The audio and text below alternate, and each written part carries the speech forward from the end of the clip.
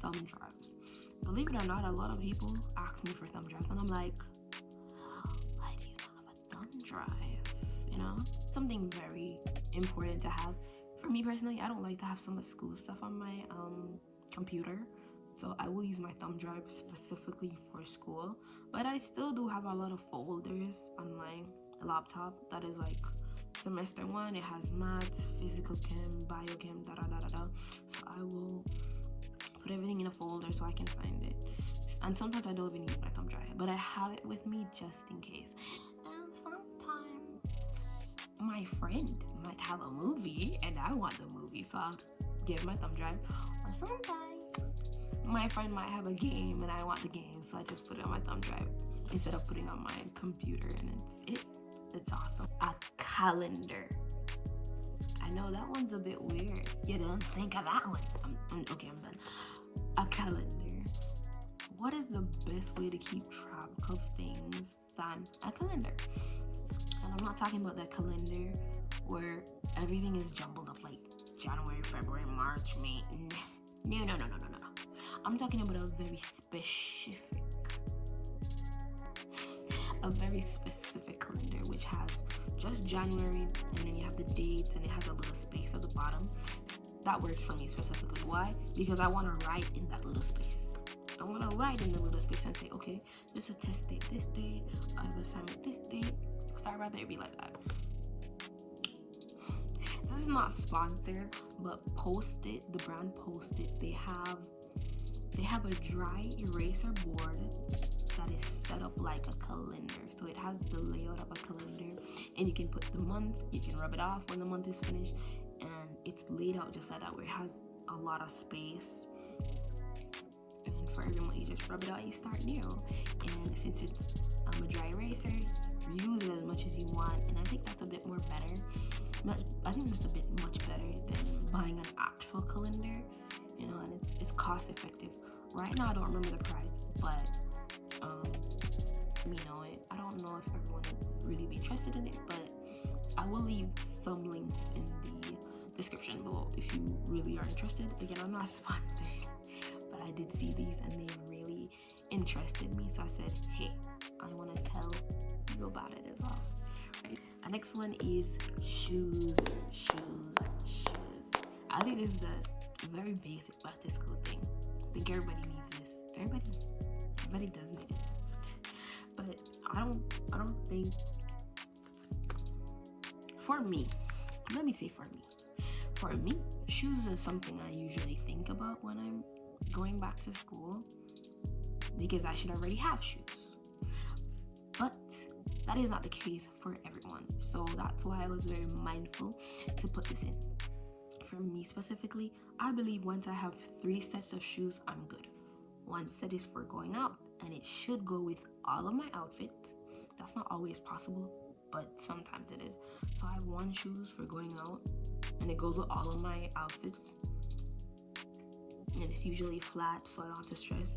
Another shoes, which is for working out only, or if I'm gonna do something strenuous that day and it has like a comfortable insole and it's not too tight on me.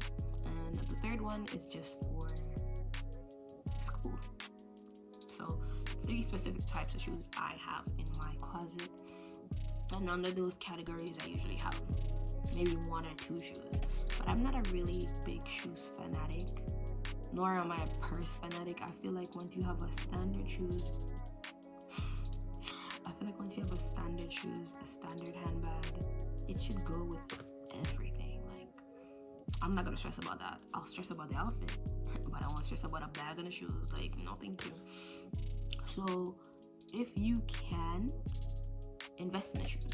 And when I say invest in the shoes, I'm talking about have the shoes which is multifunctional, where you can use the shoes and go to let's go to say a semi-formal event, but you can also go to school. You can also go in it to school the next day. I think an example would be like a Clark's or a bank robber. If those are 2 different things, don't come for me. I don't know nothing about them stuff, but you can go to a semi-formal event, you look muy caliente, and you can also go to school with it. You look muy caliente. Do you understand what I mean? Have a multifunctional shoes. And it should last you long. Given that you take care of it. Given that you take care of it, it should last long. I feel like when I buy things, it should last 2 to 3 years. And more. But I'm going to put 3 years as a mark. You understand what I mean? So, everything that I've listed, they are small or they are micro investments that should keep you from now till 3 years time. It is not always possible because unexpected things happen, life happens, weather happens, family happens. So you can't always be in control, but that should be your mindset. That should be your goal, that you buy this and it lasts you. You know, just like when you're in a primary school, your mother give you shoes and threaten you. So now come back with your shoes with no big braid or nothing. I don't know about you, but my mom threatened me like that. She was like, don't come here with no big braid. Why? Because I was always outside playing with the boys and destroying my shoes. I'd get my shoes at the start of the semester, and then in 3 weeks, it was gone. And I would get beat. Boy, I would get beat for that. She started buying like a more structured and sturdy shoes that would not beg bread, or it would fold up and say hi to you. It wouldn't happen too as quickly. You understand what I mean? That's what my mom did. And the last thing that is on my list, the 10th thing, is a bag. It's very obvious, but sometimes these aren't things you look into. Why? Because some of us might have bags from high school days, and that's not a bad thing.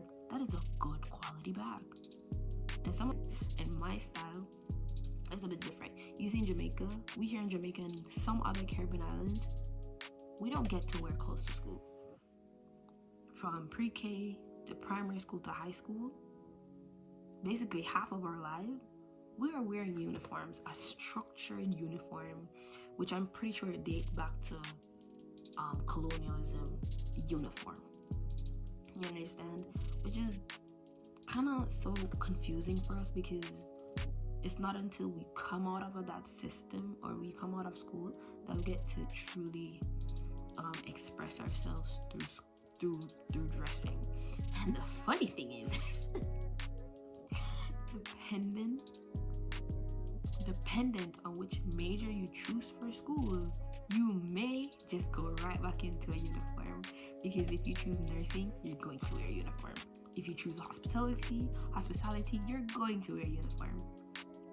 There is a standard that the industry has. Me, I do engineering. I don't wear a uniform unless I'm going into the lab, which is just normal PPE, which is personal protective equipment.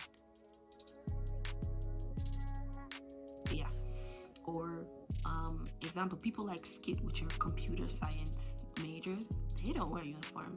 They're not even at school half the time. So there are majors that you may or may not wear a uniform. So half the time, you're not even expressing yourself. Crazy. And honestly, the only time we did get to express ourselves through school was like on a fun day, on jeans day, on sports day. And let me tell you, the outfits that you would see on those days coming from a student themselves, because that's not my business. I don't like talking about people's business, but based on what I saw and based on the rules I would have to be introduced to, y'all did too much. And I think that's what happens because you don't give people the right to express themselves. But then we're so young, and then our parents are our parents or our biggest influencers, and also the media, which does not take into account a child's growing mind. But on another note, bags. We were talking about bags. My bad. So bags might not be something you think about, but it is also a micro investment, because if I buy my school bag for this semester, I expect to have it the whole university. I'm not buying another bag. Excuse me. Because at this point, my parents are expecting me to be more responsible. I was gonna say an adult, but no, more responsible. So they don't want me to come to them every minute like, Mom, I need a new bag. Mom, I need a new shoes. No. some parents now expect us to maybe get a small job. At my school, they offer work and study. You don't get much money, but you still get a little something to buy a little something that accounts for something. You understand what I mean? So they expect us to go out and maybe get a small little job, maybe get a little pop-up job every now and then. You're doing something, but you're not fully committed to it. You understand? Or if you're like me, who's very hyper dependent, you go out and get a job and then cry that you have no time to study, and cry that you cannot give your everything to said job. You know it's a really nice job and your school is very demanding and you have to leave said job. But that's just hyper dependence, and that's just me. But you get what I'm saying though, right? I'm gonna try and make it quick because my story just finishing. At this time in their life, our parents are actually going to live their lives now. They've done some amount. They've done most of their point. They've done most of their roles and responsibilities now. So it's our time now.